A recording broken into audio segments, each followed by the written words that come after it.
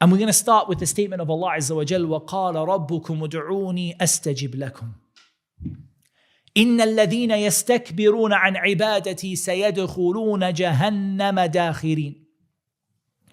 Surah Ghafir, ayah number 60. And your Lord said, call upon me and I will answer you. This is enough. If we were just to finish with this ayah on the power of dua, wallahi, inshaAllah ta'ala, it would be enough. وَقَالَ رَبُّكُمُ ادْعُونِي أَسْتَجِبْ لَكُمْ. Your Lord said, make dua to me and I will answer you. This is a promise from Allah.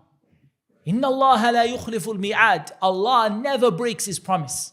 Allah Azza wa Jal promised you that if you make dua, you, al-abdul faqir, the miskeen, poor individual who has so many sins and so many mistakes that your sins reach the clouds from how many sins you have.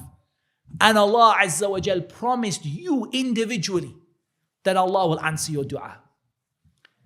And that's why whenever you see somebody who says, my dua will not be answered, understand that this person doesn't know Allah.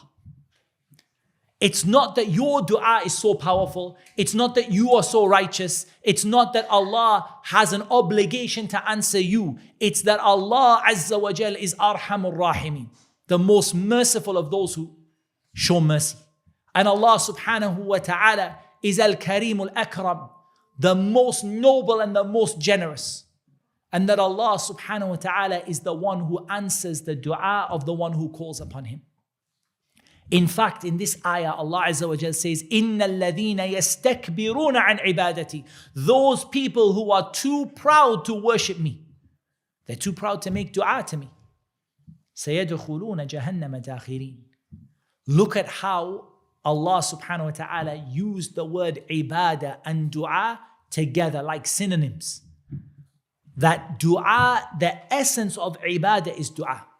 And that's why we hear that the Prophet ﷺ said, Ad-du'a huwa al-ibadah. Dua is what ibadah is. Like he said, Al-Hajju Arafah, Hajj is about Arafah. And the whole of Hajj comes down to Arafah, the whole of ibadah comes down to dua.